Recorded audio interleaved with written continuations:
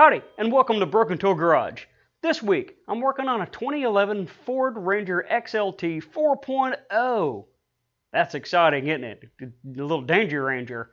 Doing some tune-up stuff, oil change, air filter change. I'm also going to do the accessory belt change, which, yeah, I had a little trouble doing that, as you'll find out. But I'll show you what I come across on that, and that's kind of the point of why I do these videos, is go through and show you what I ran into, and maybe you can learn something from it, or laugh at me because I don't know what I'm doing, right?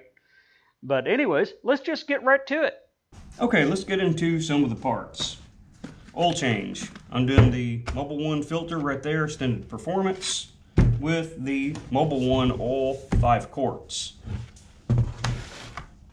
Alright, the next thing I'm going to go over is the timing belt, just the Gates timing belt. I don't think the accessory belt. You know, I probably said that wrong in the intro as well. The accessory belt, I don't think the one on there is bad, but I'm going to be in there, I'm going to put a new one on, and I'm always, if the old one's still good, I can put it in this package and we can set that off as spare parts.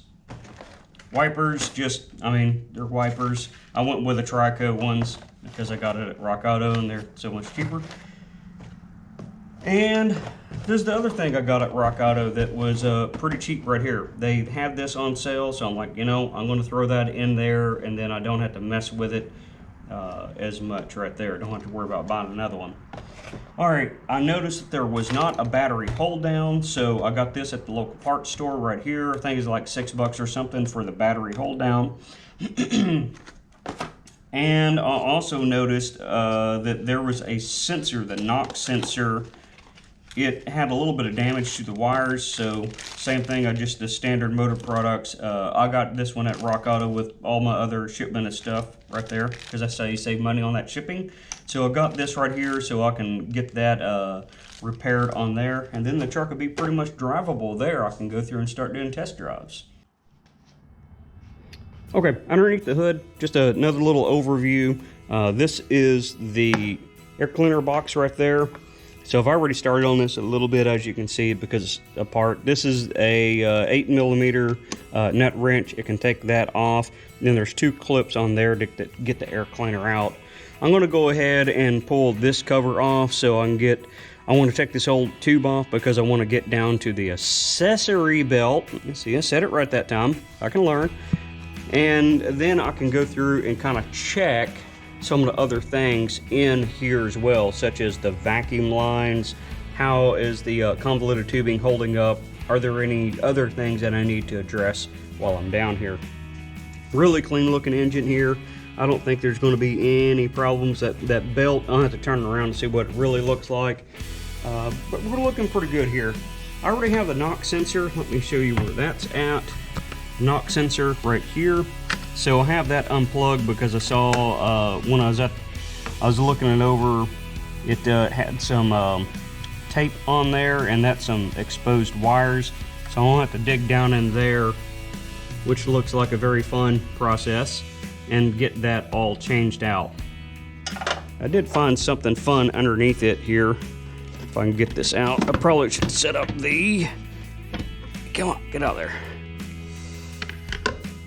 Alright, so that's all it is right there.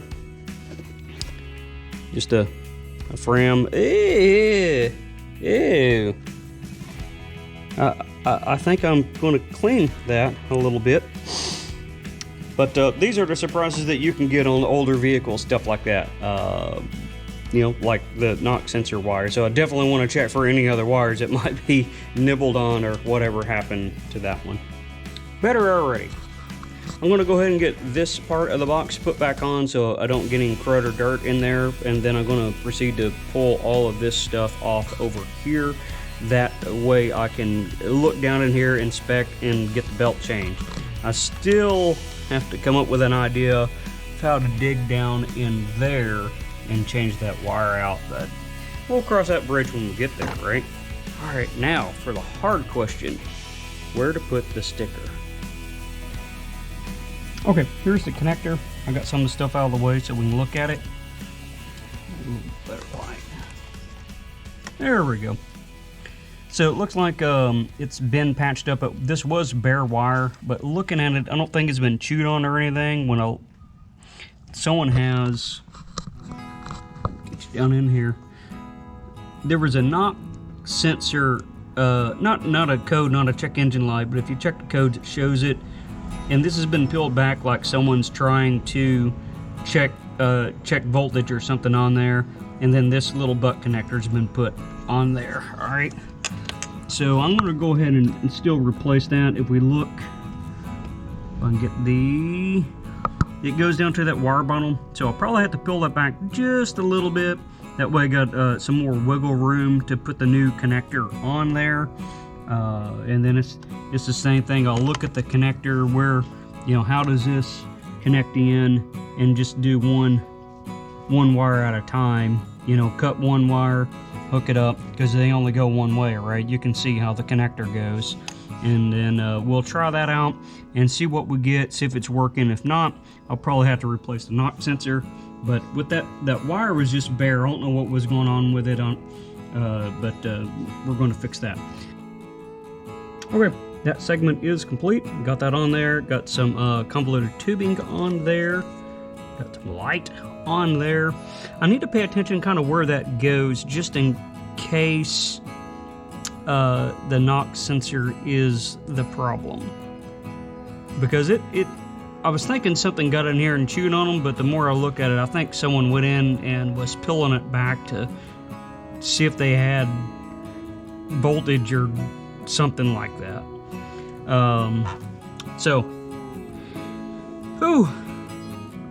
All right, I just got to get the radiator hose back over there. Got it turned hot. Imagine that.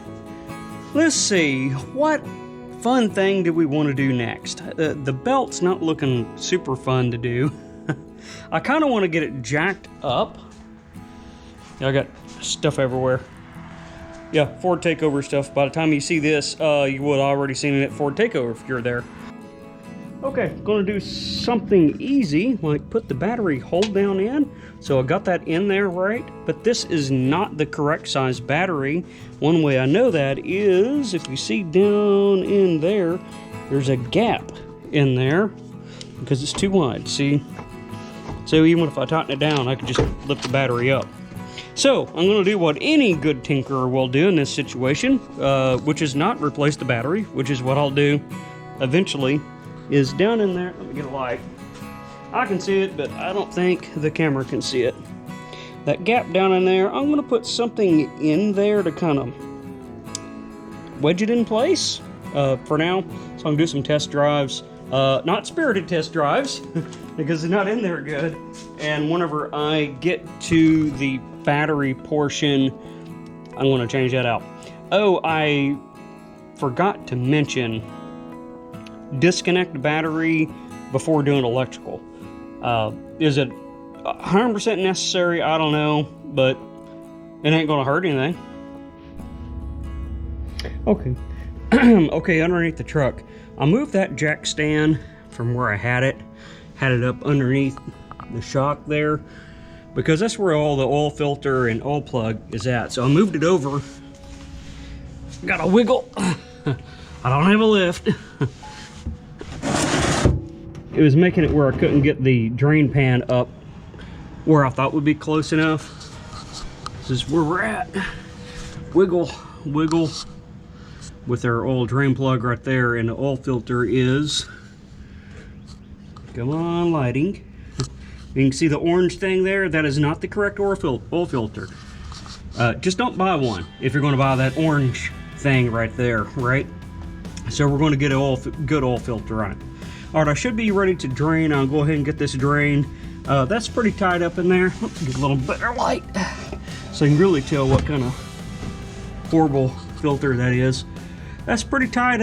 You might be able to get the regular wrench in there, but I'm going to use that socket style that goes on there if I got one. If not, I'll just have to go get one. But I'll get it figured out. Okay, this is the style I'm talking about right here. And it just goes on there. It's got the steel insert in there. So So I'm going to be using that one instead of the ratcheting style wrench on there, just because I think that's going to go better with the room that I have to work with.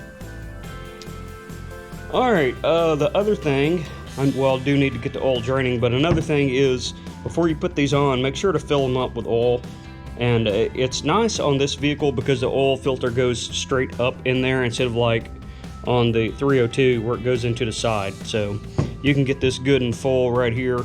That way it's all pre-primed. I like putting a little bit of oil on top of that little flap right in there. And of course you do just a real light coat around that ring.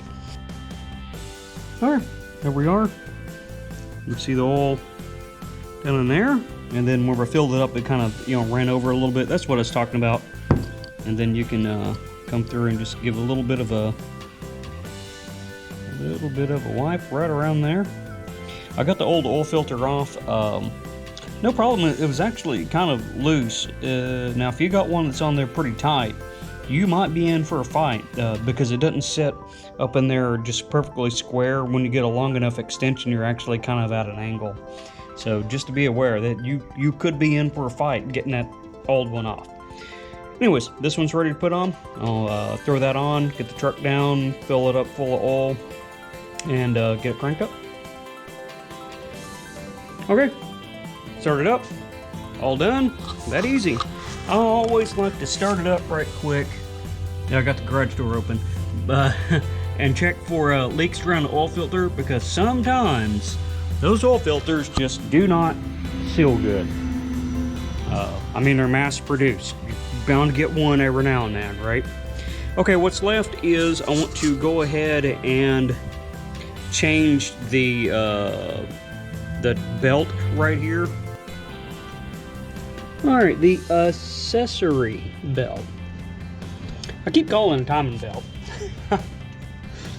But anyways, there's our tensioner right there. You see the room that you have.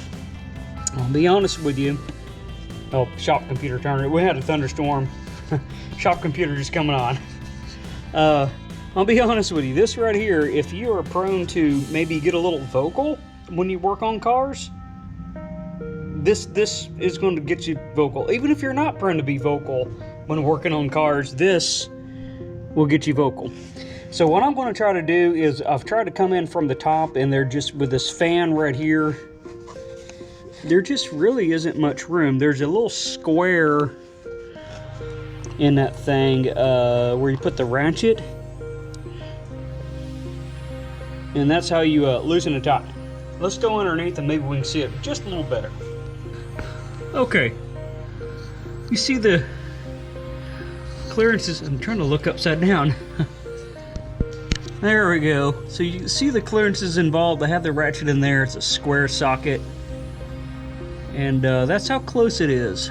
Right there. So I'll need to take and pull that. I'll get the belt off. I'll set the new one up top and then leave it dangling down here to where it's close to getting on the tensioner, and then try to get that on.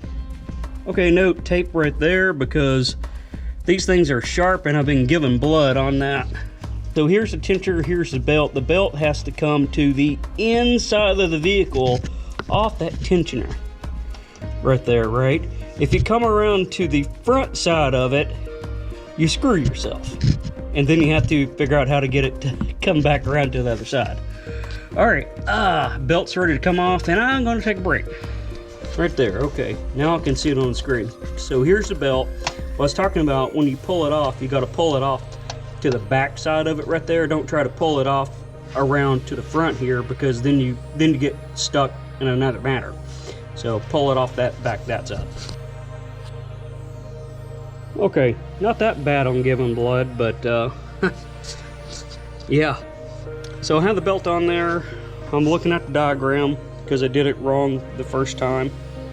But that's how it routes. There we go. And I'm making sure I'm all in the grooves. There's little edges on there, so I'm all the way around there, exactly how it should be. And I'm around on the back side of the tensioner, so when I get up underneath the truck and I open that up, I can hopefully slide that right around. That's how it should work. It's going to take fighting to do. I'm beginning to think I could have just made this its own video, but oh well. You see the pain and suffering, and you get to decide if you want to go through this or just take it to a mechanic. Whew, that's done. I'm going to go ahead and start the truck, make sure there's no issues, and that wasn't as bad as doing Jim's door hinge pin. Yeah, up there pretty good, but overall didn't take all that long. Jim door hinge pin took, oh man, that really sucked. Let's see what we get.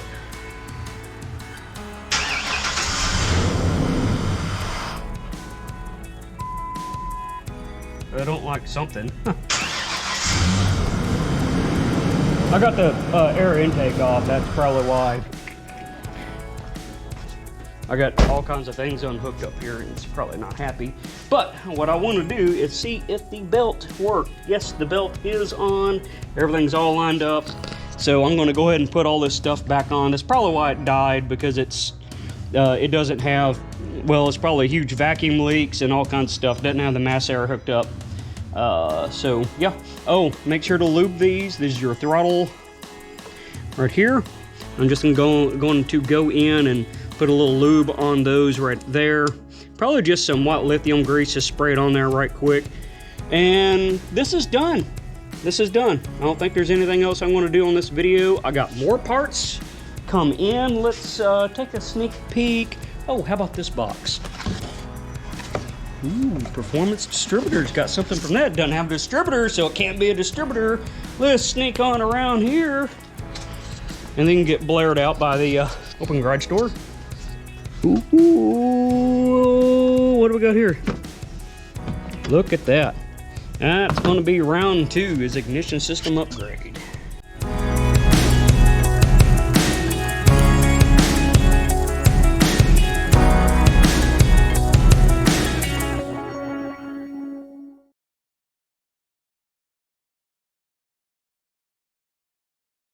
Probably could go with a couple inch shorter belt and be fine, at least from the belt that I got.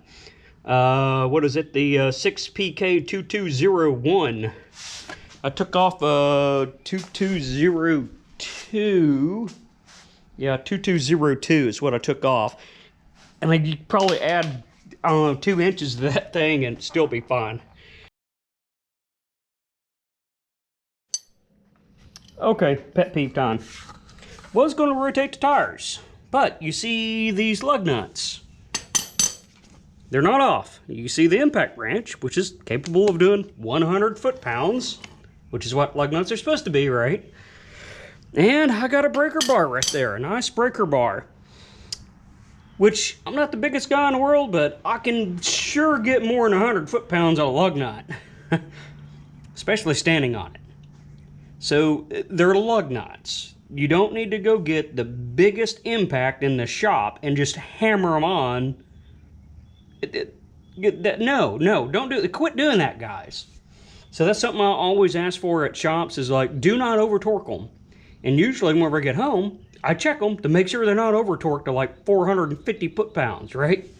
Imagine being on the side of the road and not even having one that big and you got a flat because some jackwagon wanted to over torque the lug nuts, right? 100 foot-pounds, guys, 100 foot-pounds. If it's a wet torque, which is what I like to do with little anti-seize, 75. That's all you need.